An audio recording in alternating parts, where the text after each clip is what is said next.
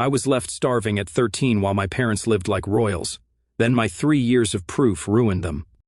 Hey, I'm posting this because I know there's some kid out there eating crackers in his room while his parents order DoorDash in the next room, and he thinks that's just how life is. It isn't. If he keeps his head and plays it patient, they can't hide from it forever. I, a 17-year-old male, have parents who had exactly one talent between them, looking like they had it together. My dad sold medical devices, good money, a company car, and an expense account he treated like a personal automated teller machine. My mom hadn't worked in years, but somehow always had fresh nails and a rotating collection of throw pillows from HomeGoods. From the outside, we looked like a solid middle-class family in the suburbs outside Charlotte. That whole thing cracked the week I turned 13. I came home from school needing supplies for a history project, poster board, markers, the usual stuff. My mom was on the couch scrolling her phone next to a pile of shopping bags from TJ Maxx. I asked if she could take me to Walmart, and she didn't even look up. She just said I was old enough to figure it out. She and my dad had decided I needed to learn how the real world works.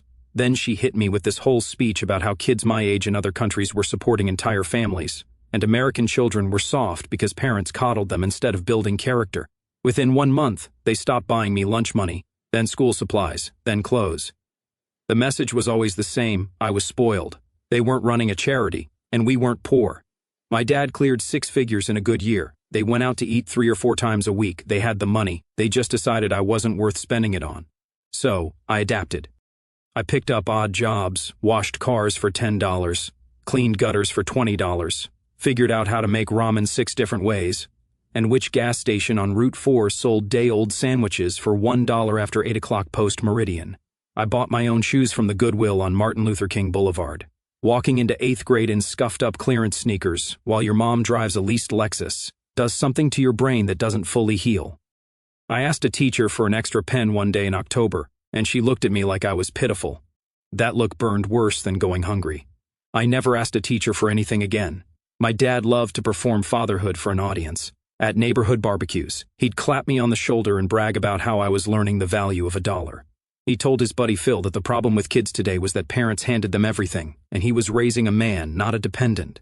This speech was usually delivered holding a $12 cold-pressed juice next to a cooler of imported steaks. My dad had the whole neighborhood convinced he was Dad of the Year, and if you questioned the act, you got frozen out of the social circle. The thing that really sealed it for me was Thanksgiving that year. They hosted. My mom spent $300 on a spread that could have fed 20 people: turkey, glazed ham, 4 different pies. I know the exact amount because I saw the Costco receipt on the counter and memorized it.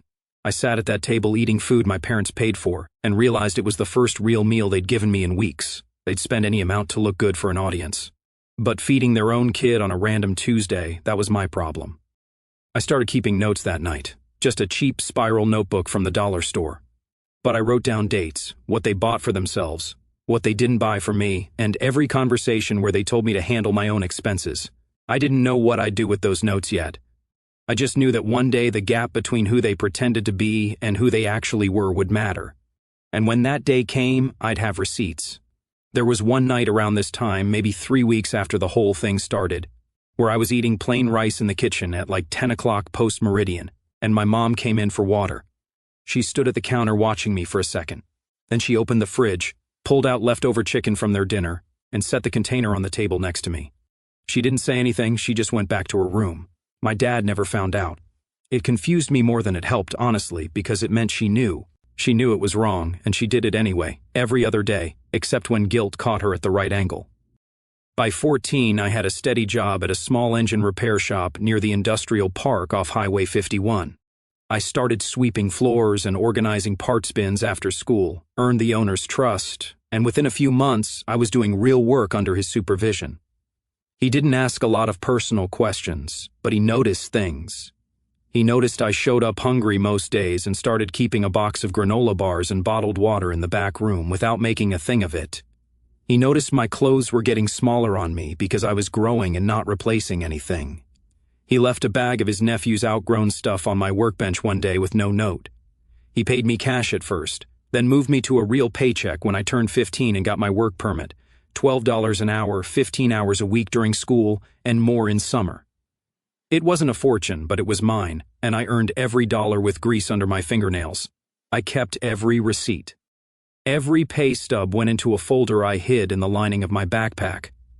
I opened a checking account at a credit union across town, not the bank my parents used, using my school identification and a copy of my birth certificate I'd found in a filing cabinet while my parents were out. The credit union had a youth account program that only needed valid identification and a $10 minimum deposit. The account was in my name only. I set up direct deposit through the shop and never mentioned any of it at home.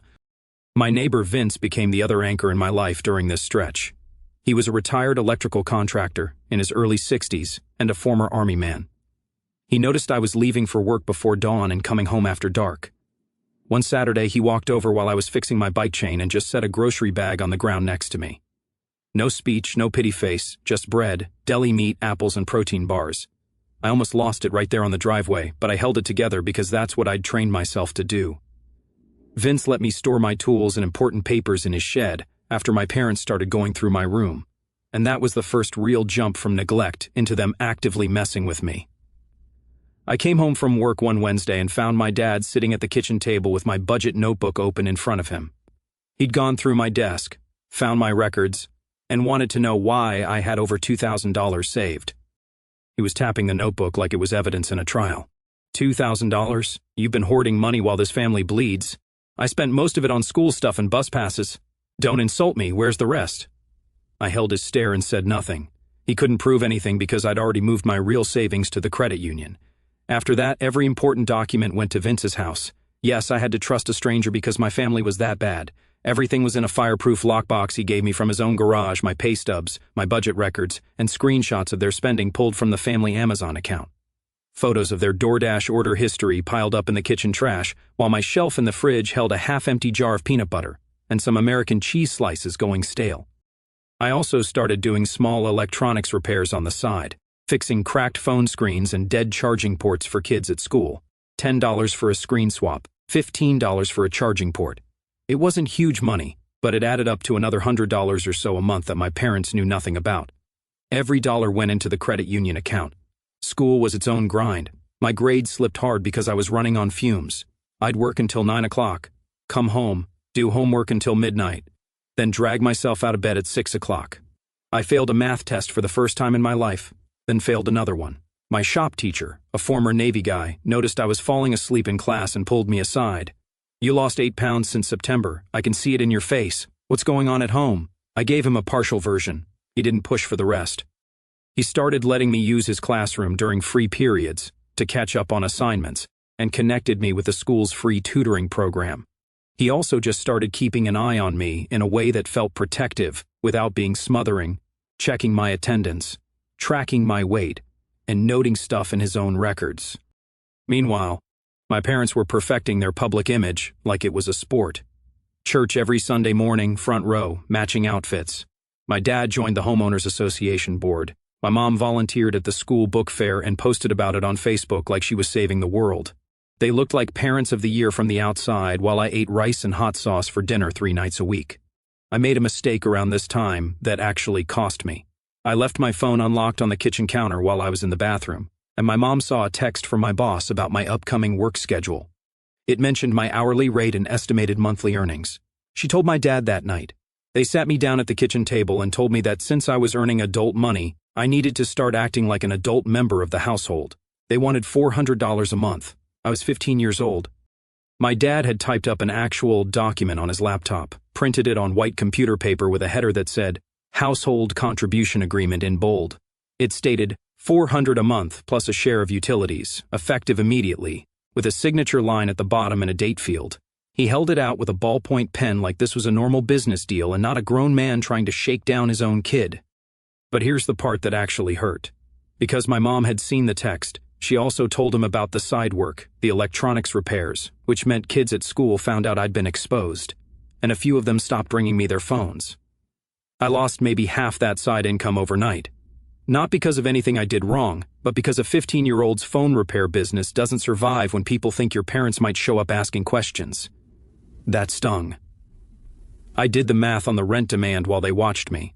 Between the shop and what was left of my side work, I cleared maybe $600 on a good month after taxes.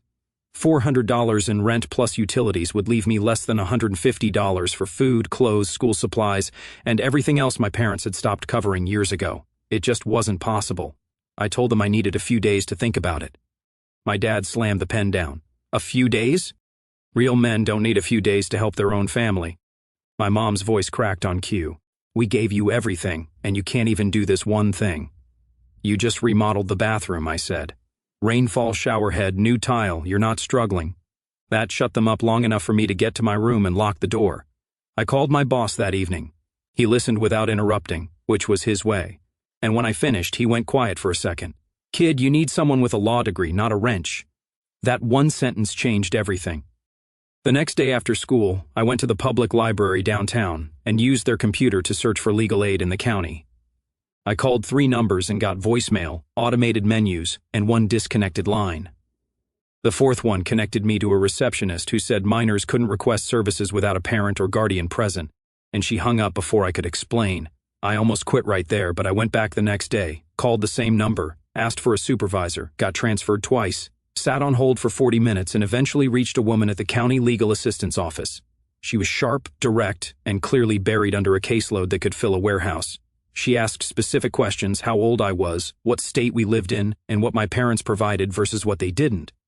When I described the rent contract, her tone shifted. She explained the basics. Parents in North Carolina have a legal obligation to provide food, shelter, clothing, and medical care until 18 years of age. They can't charge rent to a 15-year-old.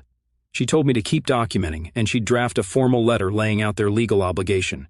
She also told me straight up she had dozens of active cases and couldn't be my personal attorney. There'd be stretches where she wouldn't be available. I needed to be realistic about that. The letter arrived by certified mail 4 days later.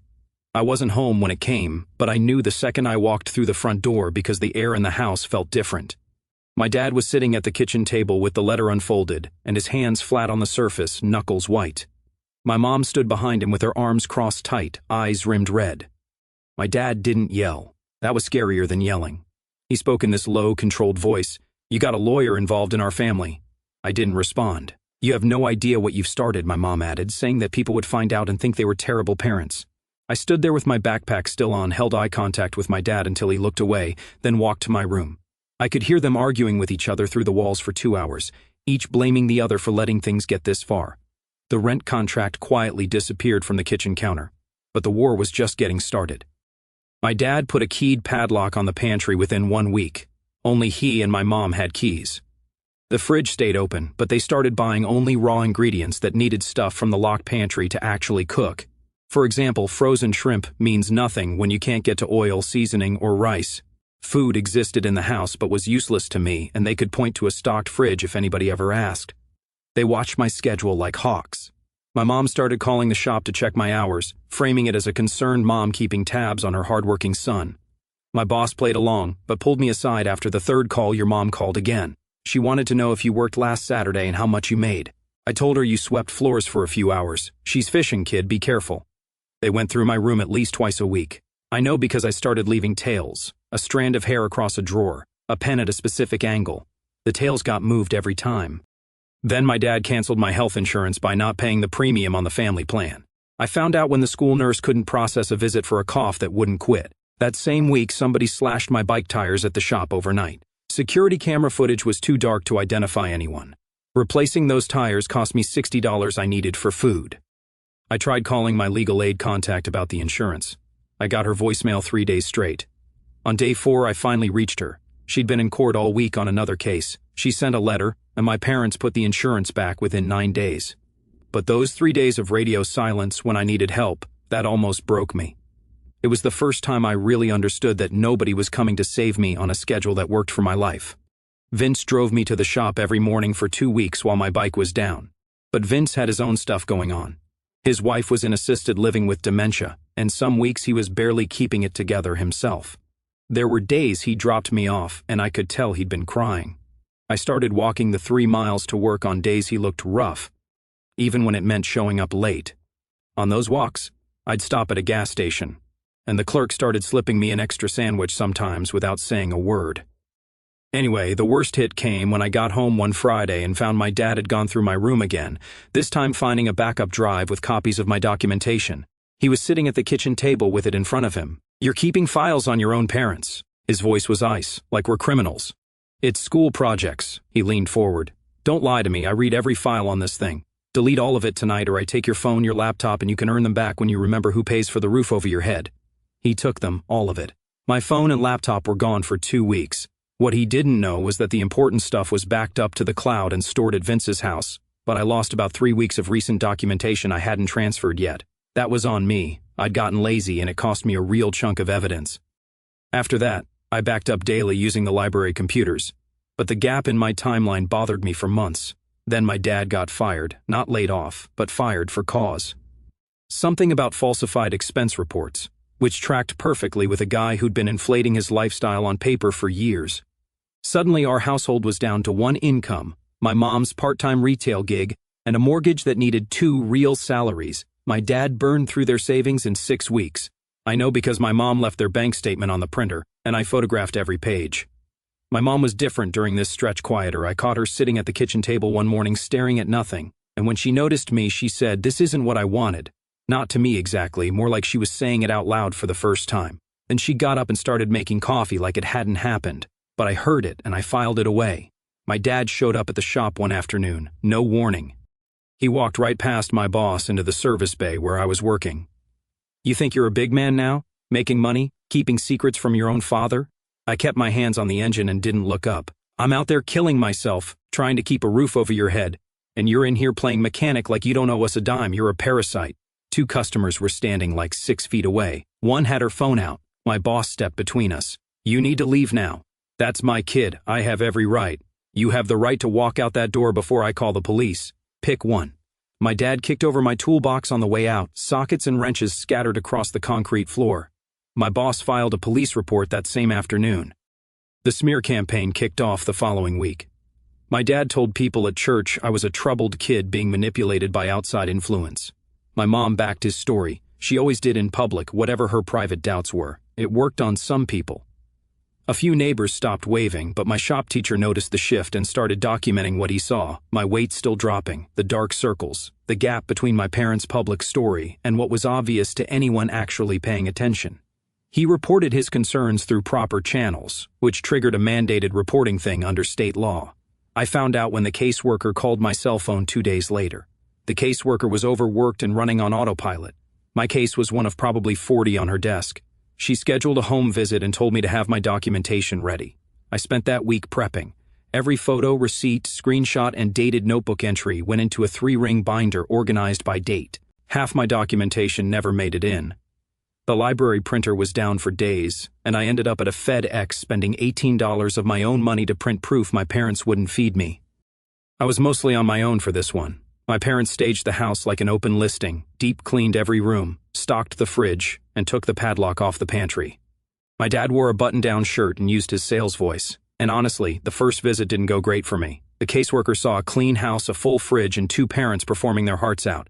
She pointed at the screw holes where the padlock had been, and my dad didn't miss a beat. "We had a rodent issue last spring. Squirrels got into the pantry through the attic. We sealed it up, but the holes are still there. I've been meaning to patch that." She wrote it down without pushing back. My parents rattled off details about my school schedule, close enough to sound credible, but not quite right on any of it.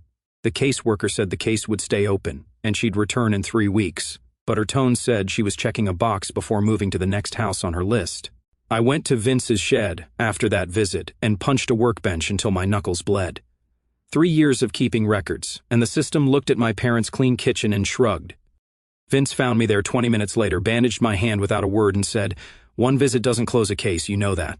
He was right, but it didn't feel like it that night. After the visit, my parents held the performance for about 10 days. Then old habits crept back. The padlock didn't go back up, but my mom started buying food I was allergic to and claiming she forgot. My dad picked up his nightly interrogations about my income right where he left off. They couldn't help it. Control was their whole operating system.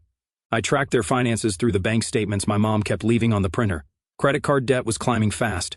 My dad's unemployment checks barely covered minimums. They were maybe 4 months from defaulting on the mortgage and too proud to admit it. Around this time, I also started quietly reaching out to extended family. I sent my cousin a long text explaining what was really going on. He called me back an hour later. "I don't know, man. Your dad seems pretty normal at family stuff. Are you sure you're not just upset about the rules?" That hurt, but he agreed to keep his eyes open. I just wanted one person who'd heard my side. My mom had another crack in her armor around this time. I was doing homework at the kitchen table late one night, and she came in to get water. She stood there for 1 minute, then said quietly, "Your father wasn't always like this." I didn't respond. She added, "I don't know when it changed." Then she went to bed. It wasn't an apology, it wasn't enough, but it was something real from a woman who'd spent years performing alongside my dad. The unannounced visit came on a Tuesday. While my dad was at a job interview and my mom had called in sick, the caseworker found my mom home in pajamas at 2 o'clock post-meridian with an empty fridge, a pantry back down to nothing, and my bedroom door removed from its hinges. My dad had taken it off the weekend before as punishment for my attitude. No door meant no privacy, no way to change clothes without being visible from the hallway. The caseworker looked at the empty hinges. "Where is your son's door, ma'am?"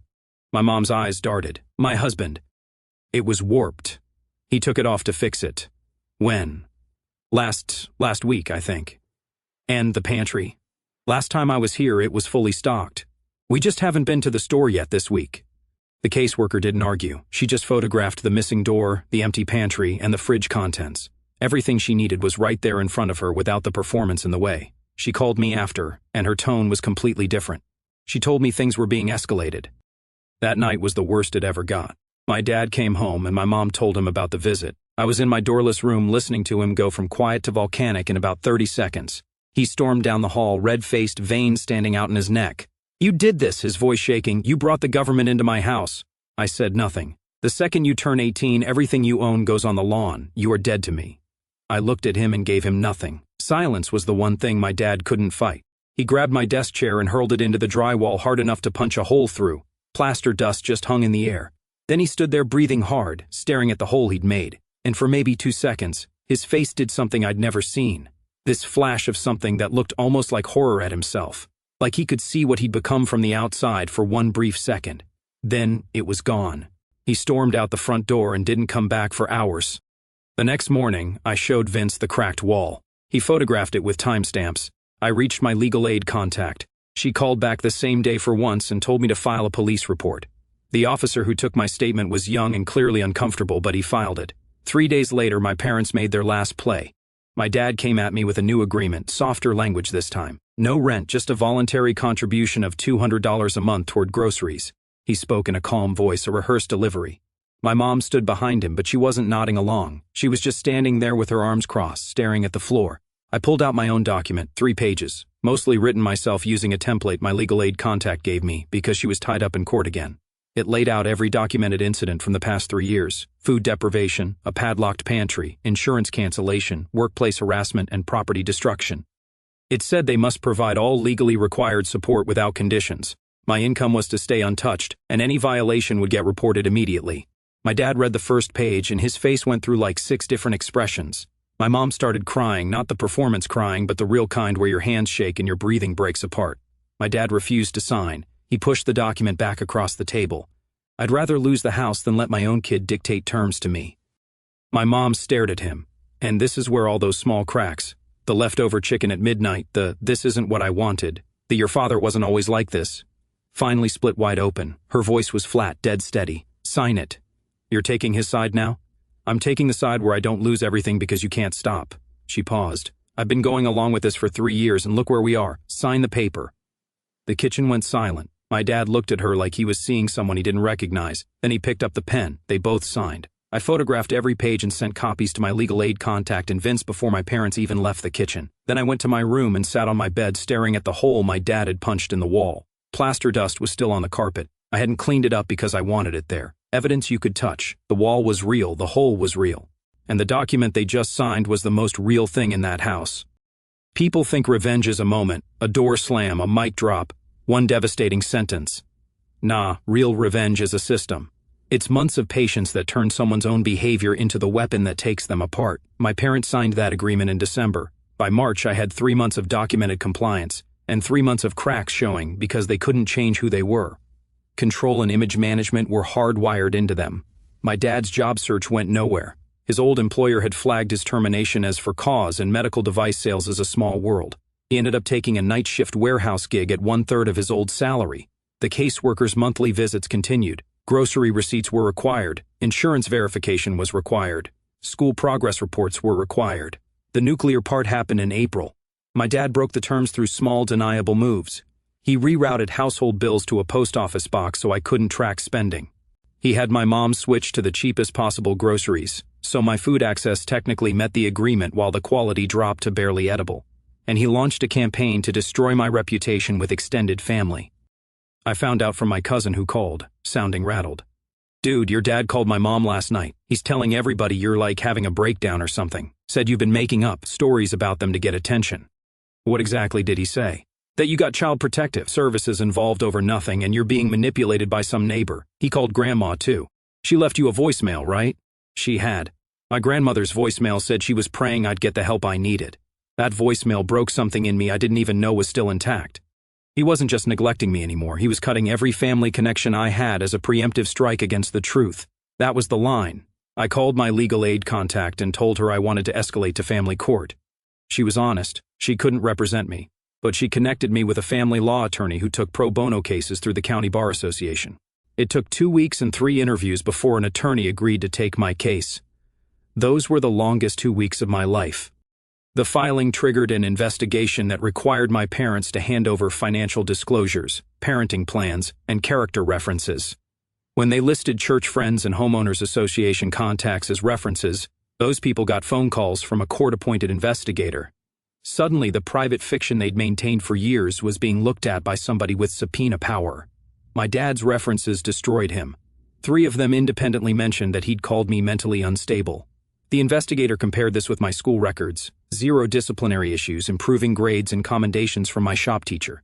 The gap between my dad's story and reality was so wide, the investigator flagged it as evidence of deliberate manipulation. My mom tried damage control by cooperating but made a critical error. During her interview, she brought up the rent contract on her own, calling it a misunderstanding. She didn't realize the investigator already had a copy. When confronted with the actual document demanding $400 a month from a 15-year-old, she admitted my dad wrote it, that she'd gone along with things she shouldn't have, and that things at home had been worse than anyone knew. That cracked their united front for good. The family court judge reviewed everything in June. All of it. The binder, the photos, the letters, the police reports, the Child Protective Services records, and the investigator's findings. The judge ordered mandatory parenting classes for both of them, continued Child Protective Services monitoring for 12 months, and appointed a guardian ad litem to oversee my welfare. The judge also issued a formal finding that both parents had engaged in financial neglect of a minor child. That went on their permanent record with family services. My dad sat in that courtroom and listened to a judge call him a neglectful parent, while a court reporter typed every word. My mom sat next to him with her hands in her lap. Neither of them looked at me. Their social circle dried up after that. Church friends crossed the street at the grocery store. The homeowners association removed my dad from the board. The mortgage became impossible on his reduced income. And by August, they'd listed the house, selling at a loss to avoid foreclosure. The house they'd used as a prop for their perfect family act went to a young couple for $20,000 less than what they owed. They moved into a 2-bedroom apartment on the other side of town. But the moment that actually killed their reputation wasn't the court record. It was a Sunday in July at a neighborhood block party they hadn't been invited to but showed up at anyway. My dad walked up to a group of dads around the grill and tried to act normal, cracking jokes, doing his same old show. Phil was there. Phil's wife had been interviewed during the investigation. Phil didn't say anything dramatic. He just kind of looked at my dad, then looked away and kept talking to someone else. My dad stood there for a few seconds with his hand half out for a handshake that nobody took. He laughed at something nobody had said, one of those forced laughs that makes everyone cringe. Then another neighbor said something like, "Hey, everything okay at home these days?" in this flat tone that made it clear he already knew the answer. My dad started saying something about privacy and family business, but he was talking to backs that had already turned. Nobody yelled. Nobody made a speech. They just stopped, including him, like he'd already left. My mom tugged his arm after about 2 minutes of him standing on the edge of the group, trying to find an opening that didn't exist. And they walked back to the house. Sometimes the quietest rejection cuts deepest. My cousin eventually came around after the court findings reached the family. He told me a bunch of relatives had quietly apologized to each other for believing my dad's version. My grandmother never called me directly, but my cousin said she stopped talking to my dad entirely. The final confrontation came in September. I was 16. I got accepted into a dual enrollment program at the community college. My boss had given me more responsibility at the shop. Vince helped me open a savings account earmarked for college with over $4,000 in it. Most of it earned at the shop, some from the electronics work I'd rebuilt after the initial hit. My shop teacher wrote me a recommendation letter. I was at the kitchen table doing homework when my dad sat down across from me. He looked 10 years older than he was, worn through. My mom stood in the doorway behind him. He cleared his throat like he'd practiced this. Things got out of hand on all sides. I think we can agree on that. I didn't look up from my textbook. Families go through rough patches, he said, but we stick together. That's what family means.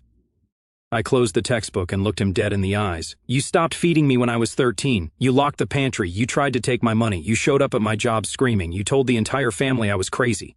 I paused. That's not a rough patch. That's a choice. You made it every single day for 3 years. I'm not done. I don't hate you. Hate takes energy I can't waste on you. But I will never trust you again. Every decision I make from here on out is designed so I never need a single thing from either of you ever again. That's not anger. That's just math. My dad stared at me. My mom wiped her eyes in the doorway. Neither one argued. There was nothing left to argue with. I went back to my homework. They went to the living room. I heard the television click on low volume, some reality show my mom liked. Normal sounds in a house that hadn't felt normal in 3 years. It was quiet that night, not tense quiet, not pretending quiet. It was the kind of quiet that settles after something's been broken all the way through, and everybody knows it can't be fixed.